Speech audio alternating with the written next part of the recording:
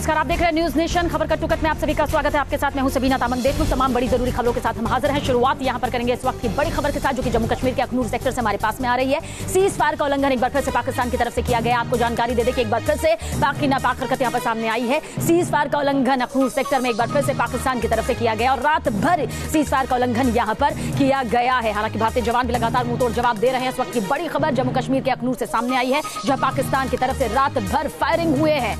भारतीय जवान इस वक्त भी मुंहतोड़ जवाब दे रहे हैं। अखनूर सेक्टर का जिक्र हम कर रहे हैं, जहां रात भर फायरिंग हुई है। रिहायशी इलाकों को यहां पर निशाना बनाने की साजिश जो है वो पाक की तरफ से एक बार फिर से सामने आई है। कल सीज फायर में एक जवान शहीद हो गए थे। जानकारी आपको दे दें कि इस वक्त जम्मू कश्मीर के अखनूर सेक्टर से बड़ी खबर।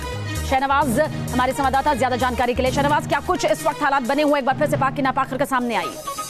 देखिए, बिल्कुल लगातार देर रात से 10:45 के आसपास पाकिस्तान ने फायरिंग शुरू की थी और 4:30 बजे तक लगातार ये फायरिंग जो है वो चलती रही है। अभी भी इंटरमिटेंट फायरिंग जो है वो लगातार चल रही है, लेकिन पाकिस्तान ने जिस तरीके से कल की अगर हम बात करें तो 3 बार लगातार सीज फायर तोड़ा था और कल हमारा एक सेना का जवान जो था वो शहीद भी हो गया था। लेकिन आज जो खबर मिल रही है उसके मुताबिक भारतीय सेना ने करारा जवाब दिया है और पाकिस्तान की तरफ भारी नुकसान की खबर जो है वो यहाँ पर मिल रही है। लेकिन जरूर कुछ जो मोर्टार हैं वो रिहायशी इलाकों में गिरे हैं और डैमेज की खबरें आ रही है, लेकिन कोई जानी नुकसान जो है वो। चलिए शहनवाज, आप नजर बनाए रखिएगा इस पूरे हालात पर। लगातार आपसे अपडेट आगे भी लेते रहेंगे। फिलहाल जम्मू कश्मीर के अखनूर में सीज फायर का उल्लंघन एक बार फिर से पाकिस्तान की तरफ से किया गया, लेकिन लगातार भारतीय जवान भी मुंहतोड़ जवाब दे रहे हैं। और पूर्वी यूपी को साधने के लिए प्रियंका जिस तरह से निकली और स्टीमर से एक यात्रा नजर आई, उसके बाद सवाल ये खड़ा हुआ कि क्या वोट यात्रा के जरिए वोट बैंक की मजबूत यहां पर प्रियंका गांधी करती हुई नजर आती हैं। लेकिन आज मिर्जापुर में प्रियंका हुंकार भरती हुई नजर आई। ये रिपोर्ट आप देखें। वोटरों को साधने के लिए मिशन पूर्वांचल पर निकली कांग्रेस महासचिव प्रियंका गांधी आज अपनी वोट यात्रा के दूसरे दिन मिर्जापुर में होंगी। प्रियंका आज यहां मां विंध्यवासिनी के दर्शन करेंगी। इसके बाद मां चंद्रिका देवी के मंदिर में भी जाएंगी। प्रियंका मिर्जापुर में मौलाना इस्माइल चिश्ती की मजार पर भी जाएंगी और जीत और कामयाबी की दुआ मांगेंगी। प्रियंका यहां जनसभाएं और रोड शो भी करेंगी। इसके अलावा वो पूर्वी यूपी में अपने कैडर को उत्साहित करने के लिए कांग्रेस के प्रमुख नेताओं और कार्यकर्ताओं से भी मुलाकात करेंगी। प्रियंका की ये वोट यात्रा कांग्रेस की उम्मीदों की पतवार है। प्रयागराज के बाद आज प्रियंका की मिर्जापुर यात्रा बेहद खास मानी जा रही है, क्योंकि यहाँ वो मंदिर और दरगाह दोनों जगह जाएंगी, जिसके जरिए वो सर्वधर्म समभाव का संदेश देने के साथ सभी वर्गों और समुदाय को साधने की कोशिश करेंगी। प्रियंका गांधी आज सबसे पहले सुबह 9 बजे सीतामढ़ी से मिर्जापुर भदोही बोर्ड जाएंगी। सुबह 9:30 बजे प्रियंका का मिर्जापुर भदोही बॉर्डर पर स्वागत होगा। 10 बजे प्रियंका विंध्यवासिनी धाम में दर्शन करेंगे। 1 घंटे बाद 11 बजे वो भटौली गाँव जाएंगे। पूर्वी यूपी का जिक्र करें तो करीब 40 सीटें वहां से आती हैं और कांग्रेस महासचिव बनने के बाद प्रियंका गांधी के कंधों पर ये बड़ी जिम्मेदारी भी थी कि लोकसभा चुनावों में एक बड़ी तस्वीर उन्हें अपनी तरफ से पेश करनी होगी। नतीजे क्या कुछ सामने आएंगे वो बाद में मालूम चल पाएगा, लेकिन उससे पहले कल जिस तरह से प्रियंका गांधी ने वोट यात्रा की और उसके बाद एक बड़ी तस्वीर यहाँ पर पेश करी। हालांकि वोट यात्रा शुरू करने से पहले मंदिर में वो माथा टेकती भी नजर आई। दादी इंदिरा गांधी के घर पर रात में ठहरने के बाद प्रियंका गांधी ने सुबह 9:30 बजे गंगा यात्रा शुरू की। लेकिन इससे पहले कि वो इस यात्रा की शुरुआत करती हूँ, उन्होंने प्रयागराज से अपने पुराने रिश्ते को बयां किया। उन्होंने यहाँ से जुड़ी अपनी यादों के साथ ट्वीट किया, जिसमें उन्होंने अपनी दादी के साथ गुजारे अपने वक्त को याद किया। स्वराज भवन के आंगन में बैठे हुए वो कमरा दिख रहा है जहाँ मेरी दादी का जन्म हुआ। रात को सुलाते समय दादी जॉन ऑफ आर्क की कहानी सुनाती थी। आज भी उनके शब्द दिल में गूंजते हैं। दादी कहती थी, निडर बनो, सब अच्छा होगा।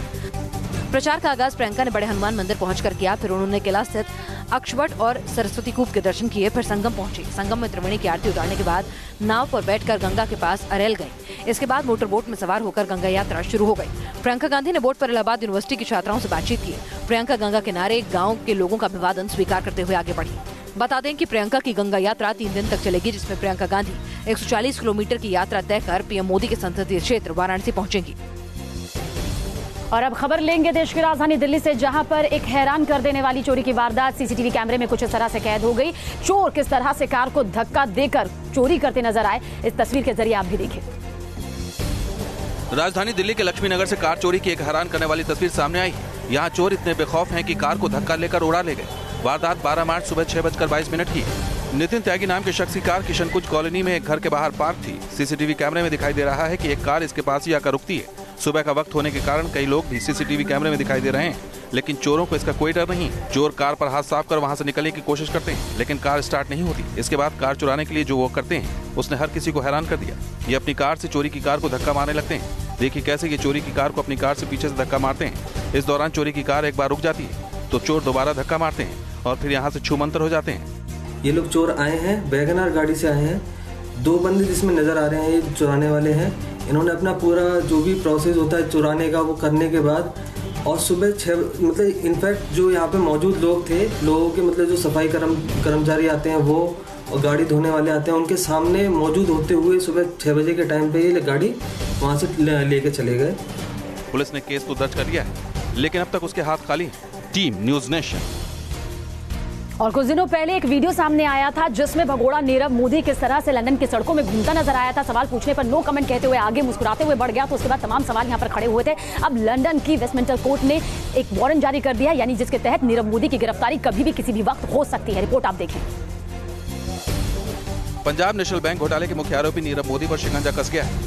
घोटाले को अंजाम देकर ब्रिटेन में रह रहे अरबपति जूलर के खिलाफ लंदन के वेस्टमिंस्टर कोर्ट ने गिरफ्तारी वारंट जारी कर दिया है। इसके बाद ये कहा जा रहा है कि नीरव को किसी भी वक्त गिरफ्तार किया जा सकता है।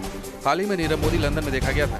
इसके बाद ईडी ने 9 मार्च को कहा था कि नीरव के भारत प्रत्यर्पण की अपील पर यूके के गृह सचिव ने वहां की अदालत में कानूनी प्रक्रिया शुरू करने की मंजूरी दे दी है। भगोड़ा हीरा कारोबारी नीरव मोदी लंदन में शान शौकत की जिंदगी जी रहा है। खबर है कि लंदन के वेस्ट एंड इलाके में जिस अपार्टमेंट में वो रह रहा है उसकी कीमत 73 करोड़ रुपए के आसपास है। हाल ही में वो मीडिया के कैमरे में कैद हुआ था। तब एक वीडियो में नीरव मोदी लंदन की सड़कों पर बेफिक्र होकर घूमता दिखा था। नीरव मोदी पर पीएनबी के 13,000 करोड़ रुपए लेकर भागने का आरोप। Team News Nation. Madhya Pradesh के बैतूल की तरफ रुख करेंगे, जहां अवैध शराब पर पुलिस अपनी कार्रवाई करने के लिए गई थी, लेकिन किस तरह से हंगामा वहां पर बरपा, किस तरह से पूरी तस्वीर यहां पर सामने आई, इस रिपोर्ट के जरिए आप समझिए।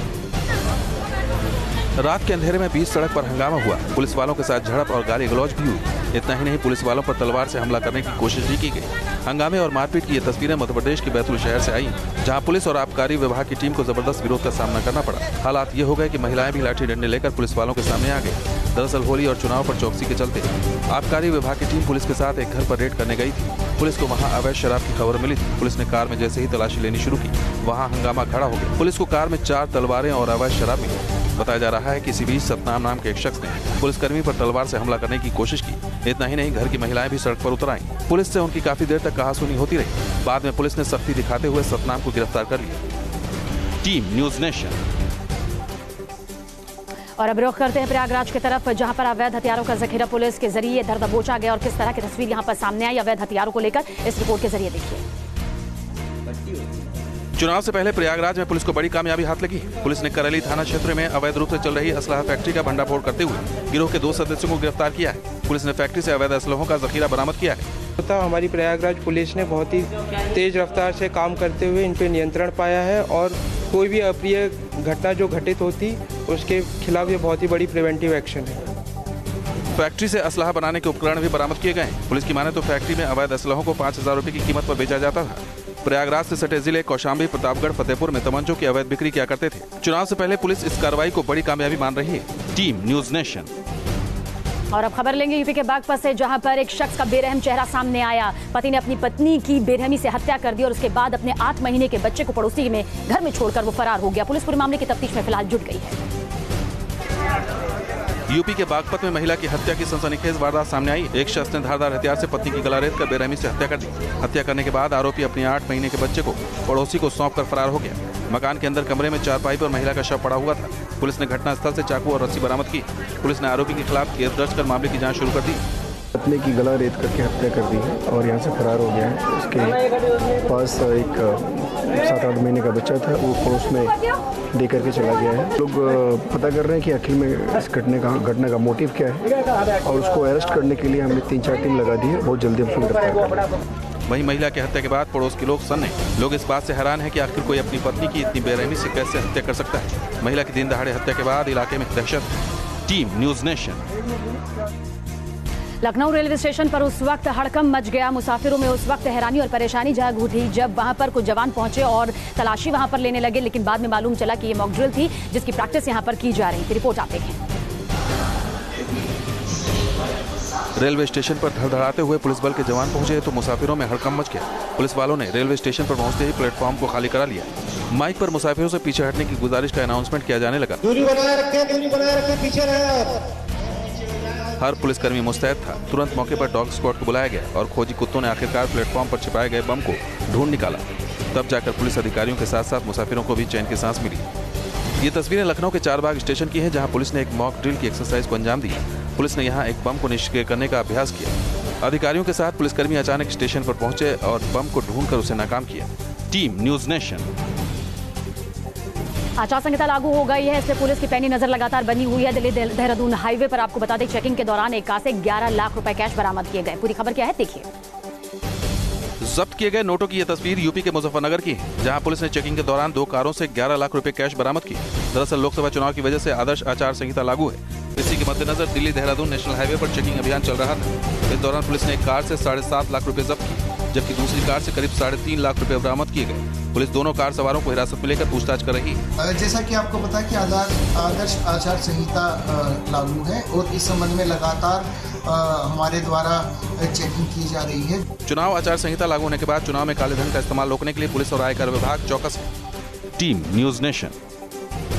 पाकिस्तान अपनी हरकतों से बाज नहीं आ रहा है। भारतीय राजनयिकों को उसके जरिए परेशान किया जा रहा है। हालांकि भारत ने इसका विरोध दर्ज कर दिया है चिट्ठी लिखकर। पूरी खबर आप देखिए इस रिपोर्ट के जरिए। पड़ोसी मुल्क पाकिस्तान अपनी हरकतों से बाज नहीं आ रहा है। पाकिस्तान में भारतीय उच्चायोग के कई राजनयिकों को परेशान किया जा रहा है। इस्लामाबाद में भारतीय राजनयिकों को परेशान करने के मामले में भारत ने चिट्ठी लिखकर इसका विरोध दर्ज कराया है और पाकिस्तान से इस पूरे मामले की जांच करने को कहा है। आधिकारिक सूत्रों से मिली जानकारी के मुताबिक भारतीय उच्चायोग ने पाकिस्तान विदेश मंत्रालय को नोट वर्बल जारी किया है। 13 मार्च को ये राजनयिक संपर्क नोट जारी किया गया। इस नोट में भारतीय उच्चायोग के कई अधिकारियों का पीछा करने का आरोप है। पाक के सुरक्षा कर्मियों ने 9 और 10 मार्च को अधिकारियों का पीछा किया। भारतीय उच्चायोग ने पाकिस्तान से इस मामले की तुरंत जांच करने की मांग की है। हम आपको बता दें कि पुलवामा हमले के बाद हिंदुस्तान की तरफ से हुई एयर स्ट्राइक के बाद से ही पाकिस्तान बौखलाया हुआ है। कभी वो सरहद पर सीज फायर तोड़ रहा है तो कभी राजनयिकों को परेशान करने का हथकंडा अपना रहा है। Team news nation. और तमाम अड़चनों के बावजूद आखिरकार करतारपुर कॉरिडोर का काम शुरू हो चुका है। भारत ने अपने हिस्से का काम शुरू कर दिया है। पाकिस्तान के साथ सरहद पर तनाव के बीच करतारपुर कॉरिडोर को लेकर बड़ी खुशखबरी सामने आई। 0 लाइन के करीब भारत ने अपने हिस्से में कॉरिडोर को बनाने का काम शुरू कर दिया है। अधिकारियों की मौजूदगी में जेसीबी मशीनों ने कॉरिडोर को बनाने के लिए खुदाई का काम शुरू किया। बताया जा रहा है कि कॉरिडोर के काम को तय वक्त में पूरा करने के लिए जल्द ही काम में तेजी लाई जाएगी। कॉरिडोर का काम तेजी से पूरा करने के लिए भारत और पाकिस्तान के अधिकारियों के बीच 14 मार्च को अटारी बॉर्डर पर बैठक हो चुकी है। 2 अप्रैल को वाघा बॉर्डर पर अगली मीटिंग होगी।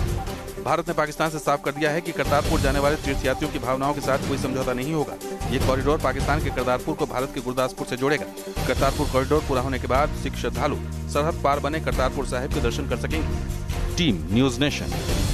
और देर रात आखिरकार गोवा को नया सीएम मिल गया प्रमोद सावंत के तौर पर, और साथ ही 2 डिप्टी सीएम की भी नियुक्ति यहाँ पर की गई। क्या कुछ कार्यक्रम रहा, किस तरह की तस्वीर रही, देखिए। आधी रात गोवा को प्रमोद सावंत के रूप में उसका नया मुख्यमंत्री मिल गया। हालांकि प्रमोद सावंत का शपथ ग्रहण काफी नाटकीय रहा। उन्होंने रात 1:50 में नए मुख्यमंत्री पद की शपथ ली, जबकि सोमवार को ही गोवा के पूर्व मुख्यमंत्री मनोहर पर्रिकर का अंतिम संस्कार किया गया था। यानी शाम को गोवा के पूर्व सीएम का अंतिम संस्कार और रात को नए सीएम की ताजपोशी से पहले प्रमोद सावंत ने कहा कि पार्टी ने उन्हें बड़ी जिम्मेदारी दी। हालांकि इस दौरान प्रमोद सावंत मनोहर पर्रिकर को याद करना नहीं भूले। उन्होंने कहा कि आज वो जो कुछ है पर्रिकर की वजह से ही। प्रमोद सावंत के साथ गोवा को 2 डिप्टी सीएम भी मिला है। इसके अलावा 9 और मंत्रियों ने भी पद और गोपनीयता की शपथ ली। महाराष्ट्रवादी गोमांतक पार्टी के विधायक सुदीन धवलकर और गोवा फॉरवर्ड पार्टी के अध्यक्ष विजय सरदेसाई ने डिप्टी सीएम पद की शपथ ली। Team news nation. ऐसे नक्सली हमला हुआ जिसमें हमारे एक जवान शहीद हुए और साथ ही 5 जख्मी भी बताए जा रहे हैं। एम्बुलेंस से अस्पताल लाए जा रहे जवानों की यह तस्वीर छत्तीसगढ़ के रायपुर की है। स्ट्रेचर में लेटे ये जवान नक्सली हमले में घायल हुए हैं, जिन्हें इलाज के लिए रायपुर के प्राइवेट अस्पताल लाया गया। सोमवार को सीआरपीएफ की टीम दंतेवाड़ा के जंगली इलाकों में गश्त पर थी, तभी घात लगाकर बैठे नक्सलियों ने आईईडी से विस्फोट कर दिया, जिसमें यूपी के उन्नाव का एक जवान शहीद हो गया, जबकि 5 जवान घायल हुए हैं। घायल जवानों को हेलीकॉप्टर से इलाज के लिए रायपुर लाया गया है। चुनाव के मद्देनजर कंपनी का मूवमेंट हो रहा था। इस दौरान कमल पोस्ट एक हमारा पोस्ट है दंतेवाड़ा जिले में, कोंडापारा से आगे है। वहाँ से ये पार्टी निकली थी, उस पर नक्सलियों ने घात लगाकर हमला किया, जिसका जवानों ने अच्छा जवाब दिया है। अभी तक एक जवान शहीद हुआ है, 5 घायल हुए हैं, जिनको सभी को हेलीकॉप्टर के द्वारा रायपुर लाया गया है।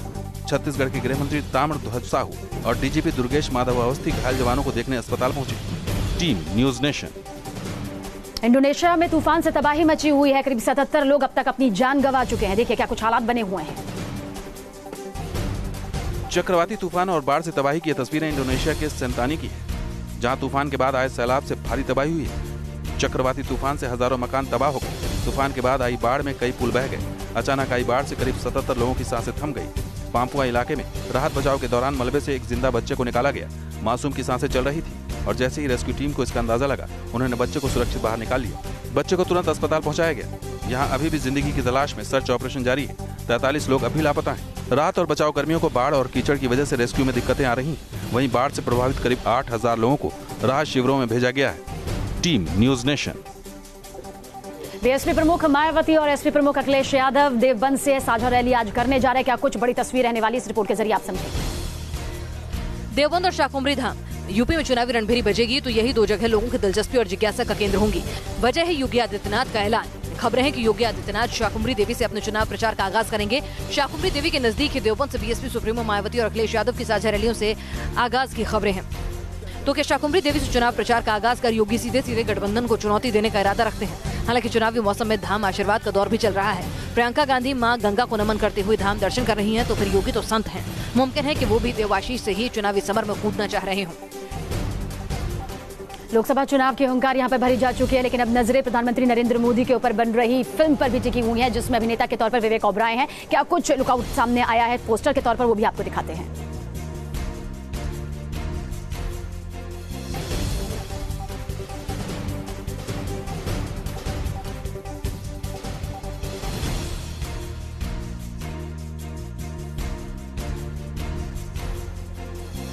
और ये पोस्टर आपके सामने मौजूद है। आपको बता दें कि पोस्टर के जरिए प्रधानमंत्री नरेंद्र मोदी की उस शख्सियत को उभारने की पूरी कोशिश की गई है विवेक ओबराय के तौर पर, जिसे आप भी यहां पर देख सकते हैं। तमाम बड़ी जरूरी खबरों पर लगातार नजर बनी हुई है। जल्द हाजिर होते हैं, आप बने रहिए खबर कट टू कट के साथ।